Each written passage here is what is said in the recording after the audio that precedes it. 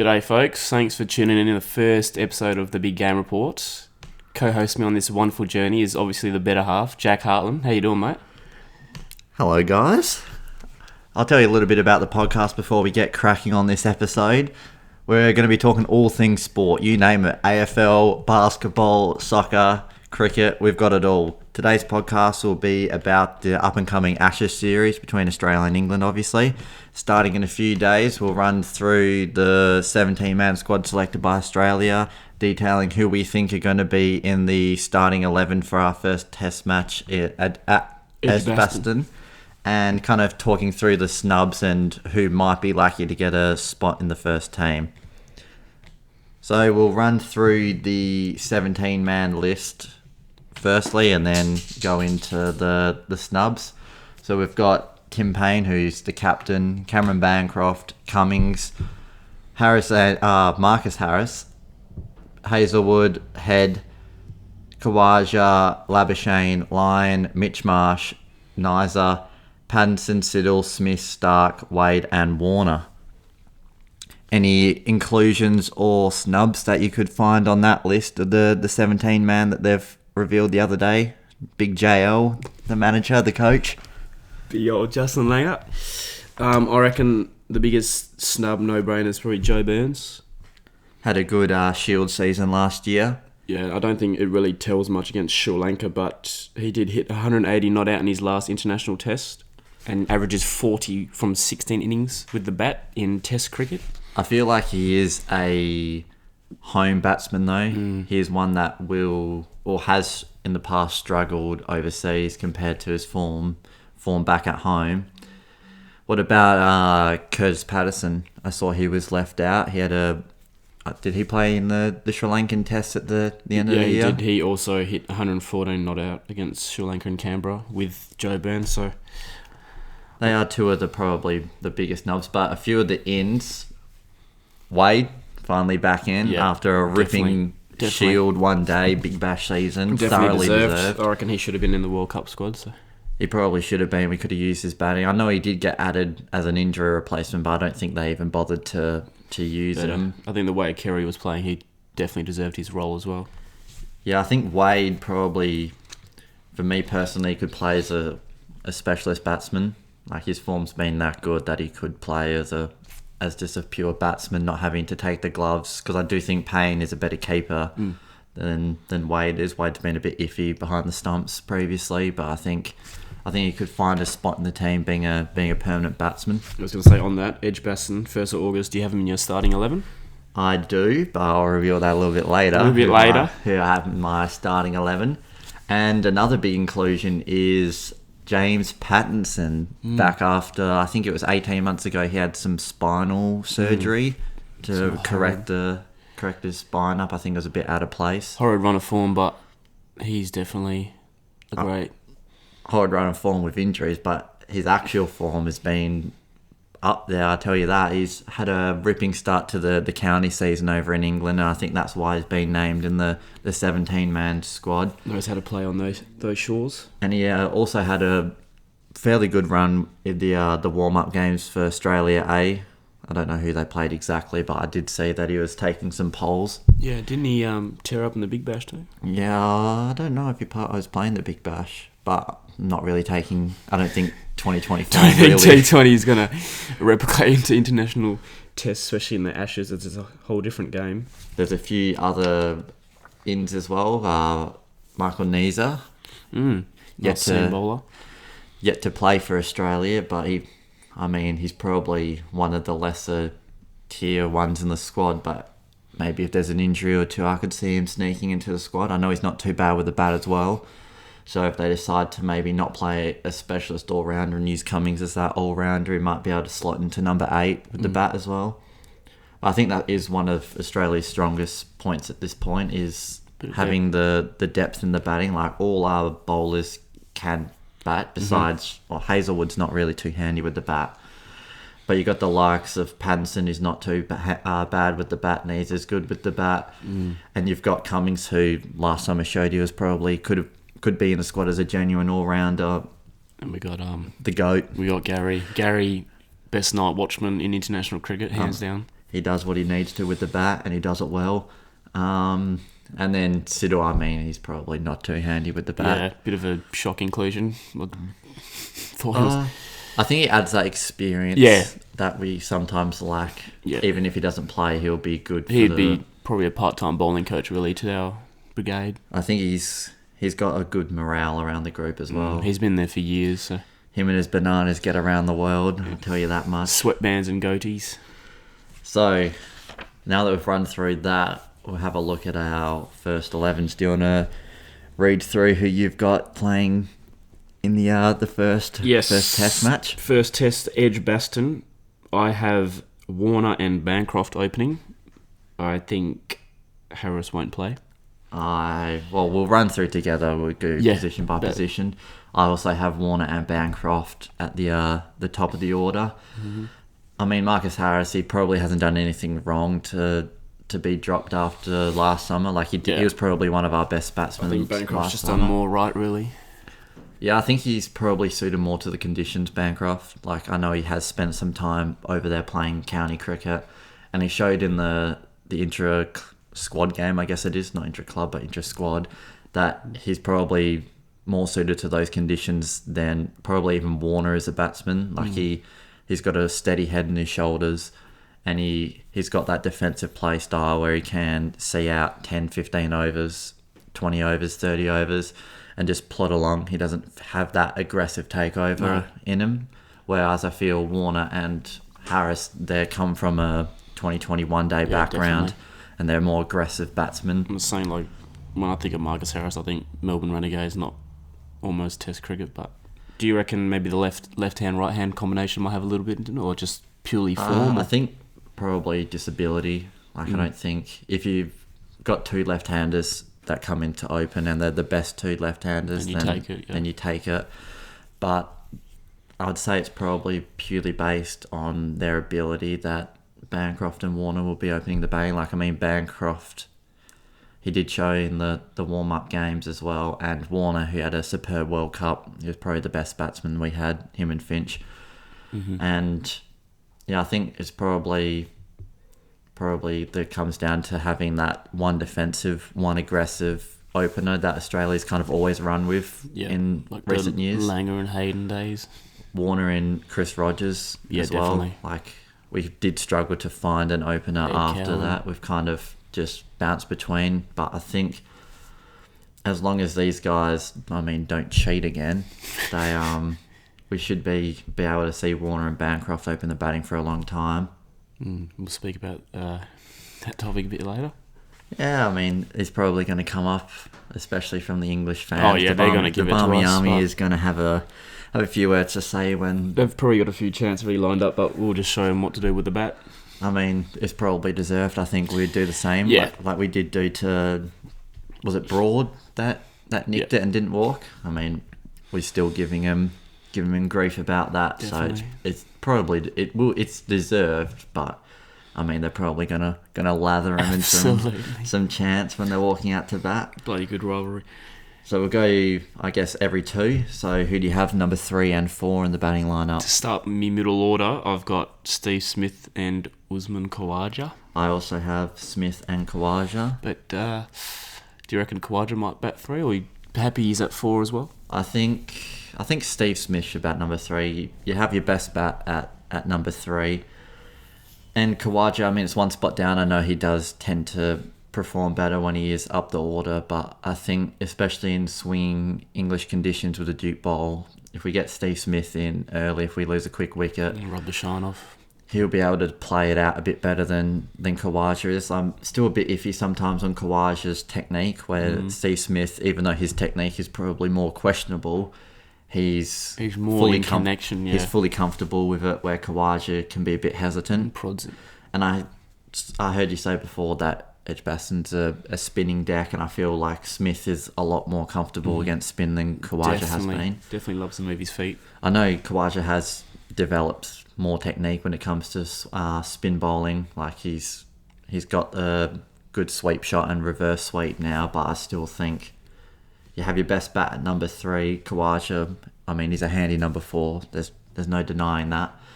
But So it'll be the top three of the sandpaper scandal. I mean, we need them in the squad. There's no denying they're that. arguably very deserved to be in the squad. Quality players. I think it's pretty straightforward. Number 3 and 4 there. Maybe if Kawaja drops out of form, you could see someone like a Travis Head come in, or maybe even Matthew Wade come up the order, or Labuschagne. I know he was batting 3 in the intra-club game, and I think he hit about 40 not out. So he's got ability to bat higher up the order. Yeah, he's very flexible. So who do you have number 5 and 6? 5, I have Matthew Wade, specialist batsman, and I have Labuschagne at number 6. I have him in over Mitch Marsh because not quite sold on Marsh still. So I have Mitch Marsh in because I just think Cummins, Stark, Hazelwood line. Some bowling depth there, especially on a spin wicket. So I feel like even though it could be a spinner's deck, if we bowl first, it's not going to spin. So I think as it ages, even as a spin option, we've got Steve Smith now. Like not being captain of the squad, Payne might be more enticed to use him as a bowling option rather than him being captain. He might be feeling like, I'm a bit hesitant to use myself. Did you think Smith with the captaincy was probably thinking, I'm not going to bowl myself? Or? Yeah, I could see that. Like, he's a pretty humble kind of character. Even in like club cricket, you captain, you bowl yourself. You do feel a bit like people you don't want to put yourself in that position, but he started his test career being a specialist spin bowler, so he's got the ability to bowl the part-time. I think he bowls leggies. Leggies, yeah.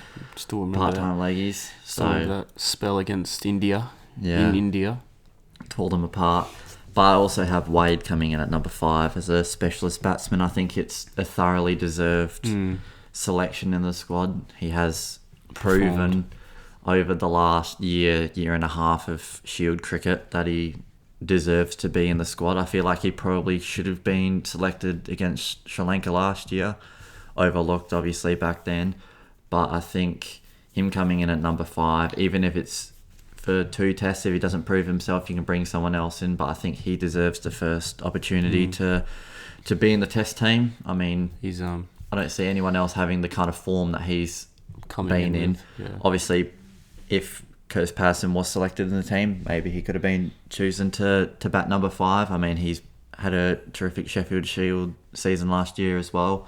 But I think out of the 17 that was selected, probably Wade deserves that first shot.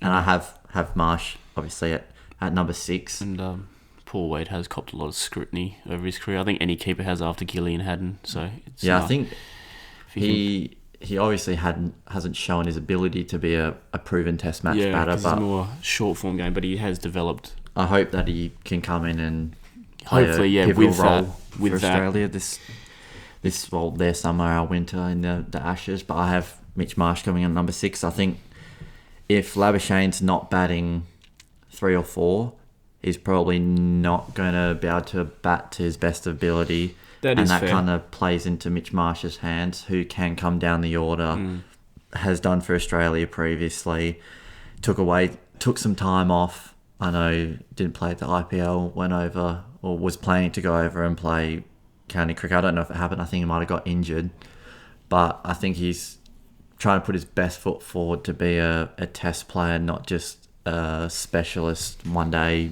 T20 kind of slog.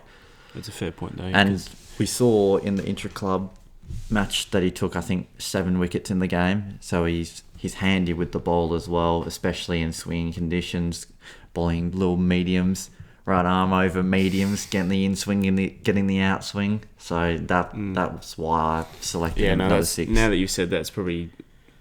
I think Labuschagne at 6 is not as effective as Marsh at 6 with the... I mean, I don't know if Labuschagne's ever batted 6 before, so I might just be waffling on. But, just my little curveball. But I think if he does play, I'm not sure he's best utilised in a number 6 role, so that would be someone dropping down. I don't think anyone else would bat 6 if Kawaja and Wade drop down in the order. I don't think Kawaja can be best utilised at a number 5 either. So it's it is one of those lineups where batsmen are suited specifically to Their being number position. 3, number 4, Yep. or being lower down the order. Number 7, keeper's position, I have obviously Tim Payne. Tim Payne. I don't think he'll be left out of the squad being captain. But do you think, one question that could be asked is how long do you think he'll retain the captaincy? Tim Payne. Yeah, if, say, Australia get, Throttled. 4-1 loss, 5-0 sweep over in England, do you think the selectors or Langer would be hesitant to take the captaincy off him and give it back to a Steve Smith, or do you think he's got it locked down for a little bit? To be honest, I was a little bit shocked when I heard he got the captaincy for Test cricket, but he has proven he can lead. But it's been a bit of a rough patch, so credit to him.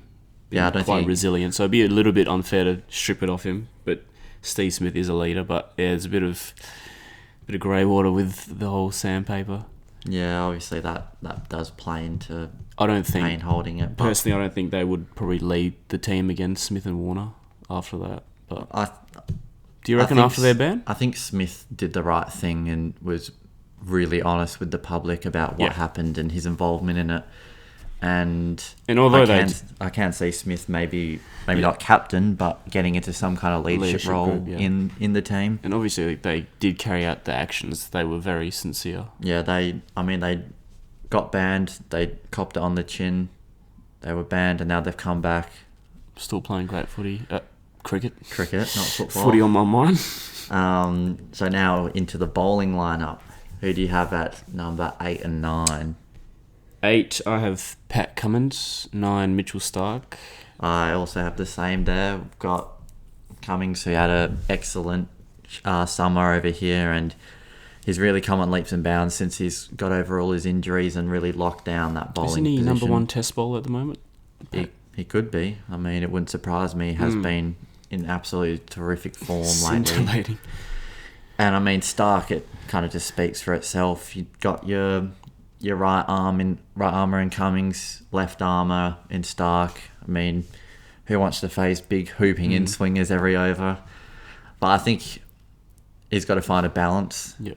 He can sometimes be too aggressive, and I think especially if the ball's swinging and he can't control that, Yeah, sometimes he definitely. can be rather erratic, and Especially the batsman can get on top. Patient game with a Duke.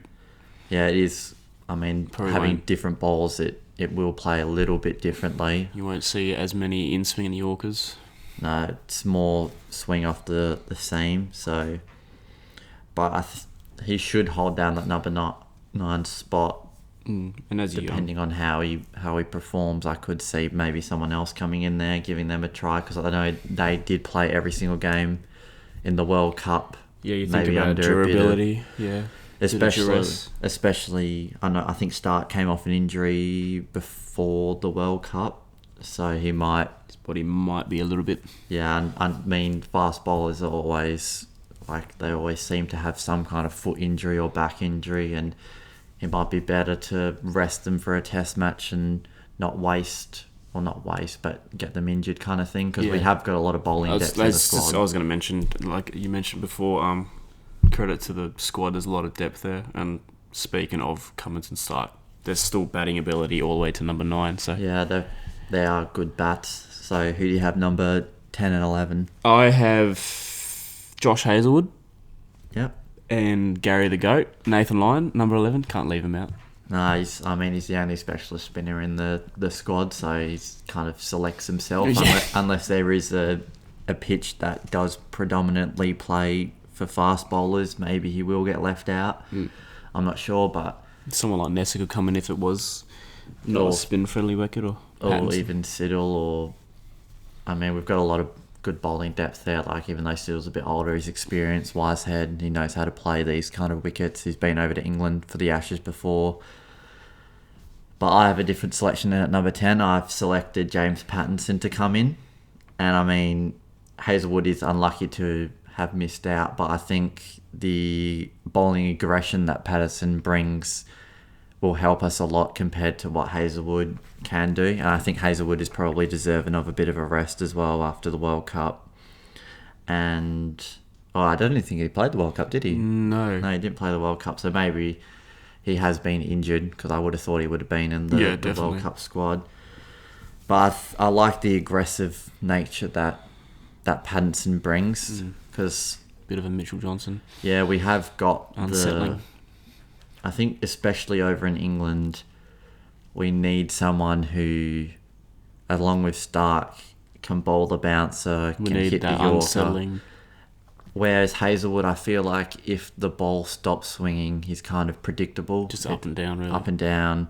I know he has gained a little bit of pace lately, but it's not to the point where it terrifies batsmen like a Stark or Cummings. And you need someone in front of the Barmy Army. You need people that want to step up, soak up the atmosphere. And I think, Patterson is kind of... I think he's got that about him. He's got that little bit of swagger that... yeah, he loves to stare down. Yeah, and I think... Well, from what I can recall seeing, he has been in terrific form over there. So having that kind of over Hazelwood, who hasn't been playing, I think maybe... Yeah, that is a good point. If Hazelwood missed the World Cup and Pattinson's on fire, then he's probably still... As much as it is hard to leave out a Hazelwood, sometimes you've just got to pick purely on form. And Yeah, I had Hazelwood purely for that. with Patterson being so in form, it might be best to, even if it's the first test match, see how he does. Let that aggressive nature to come out in him and see what he can do. But I think it is good to have... I mean, we've got such good depth. And Either one of them could play. I think this would be the best for the first test Yeah, match. Really that's a set good the point. agenda for the series. We have a very deep 17, and I guess the result of the first game will either solidify that lineup or it might change it up. But as you said, yeah, first game, that's... You can...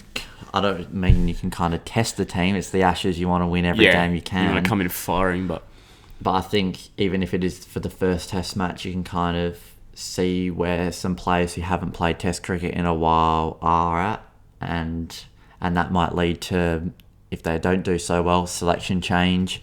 If they do well, you've done the right thing, you've selected them in the squad, and they're playing good cricket. So I think to move on, we've seen a couple of over the last few days, we've seen England versus Ireland in the test match, and Australia played an intra-squad game, and well, both games heavily suited the bowlers. Yep. I mean, I think Bancroft was the only player in either Australia or all four of Australia's innings to hit a 50, and that obviously plays into him being selected to open the batting. But I think it is going to take some time to adjust to the swinging of the Duke ball. England got skittled for 85 by Ireland. Yeah, I mean, that's Ireland. If Ireland can do that, you'd be expecting us to really tear them apart.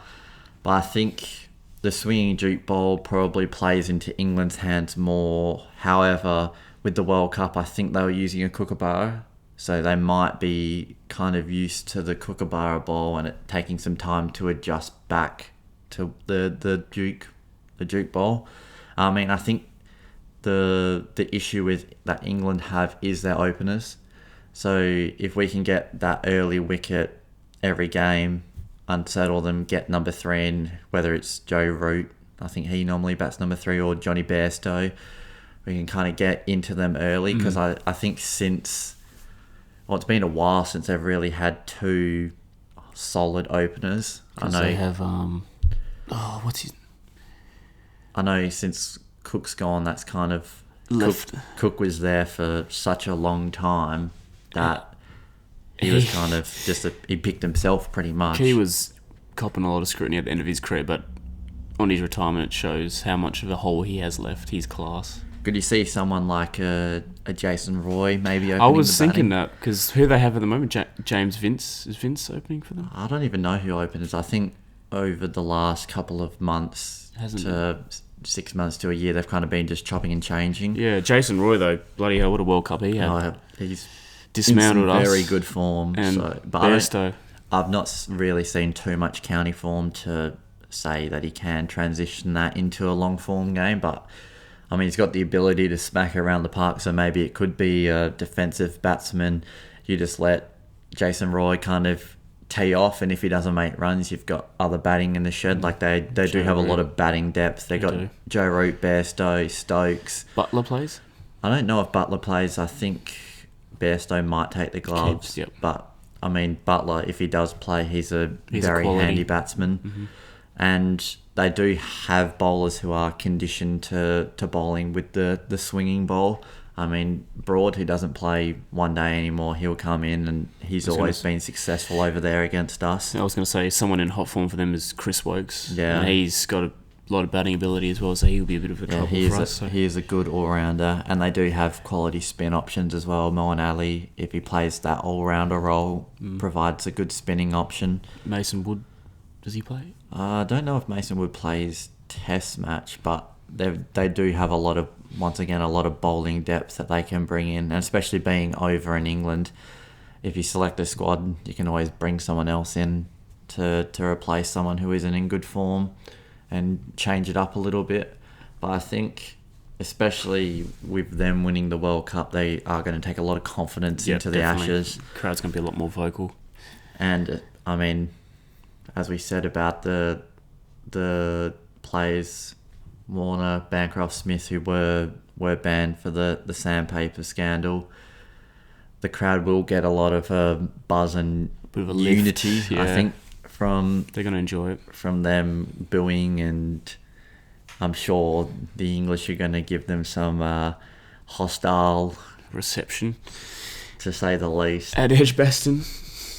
I mean, it should be a good Ashes. I think it will prove a lot to Australian cricket if we can go over there and win. Yeah, It will be a huge win for us I don't after think- the whole last year that we had. Yeah, what is it? I don't think we've won the Ashes on their soil since 2001, is it? Yeah, it has been a while over there. So what a time it would be to conquer the Poms.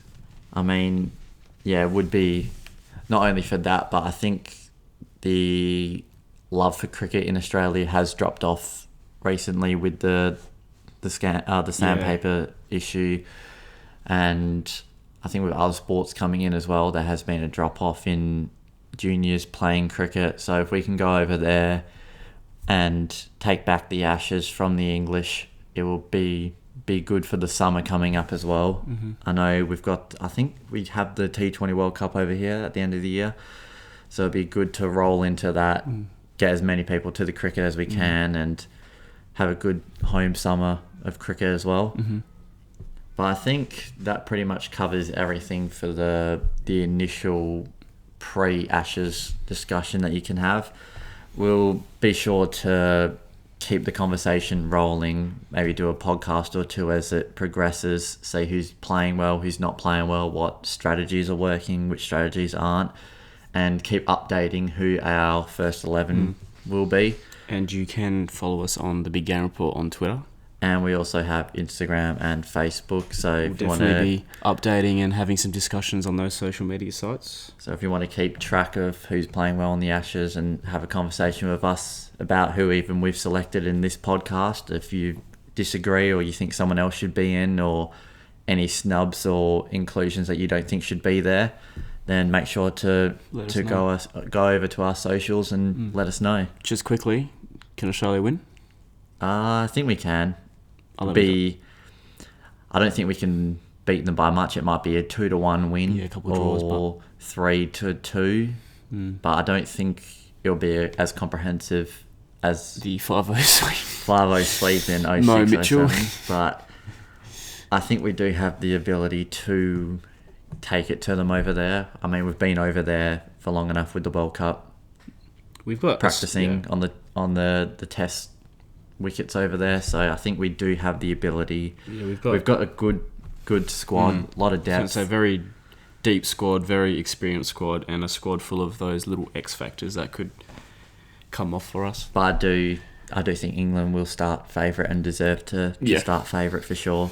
I think most teams, well, Ashes, the home team, would usually. Yeah, definitely. They normally start favourite. Quite different conditions. So thank you for listening to the first podcast of the Big Game Report.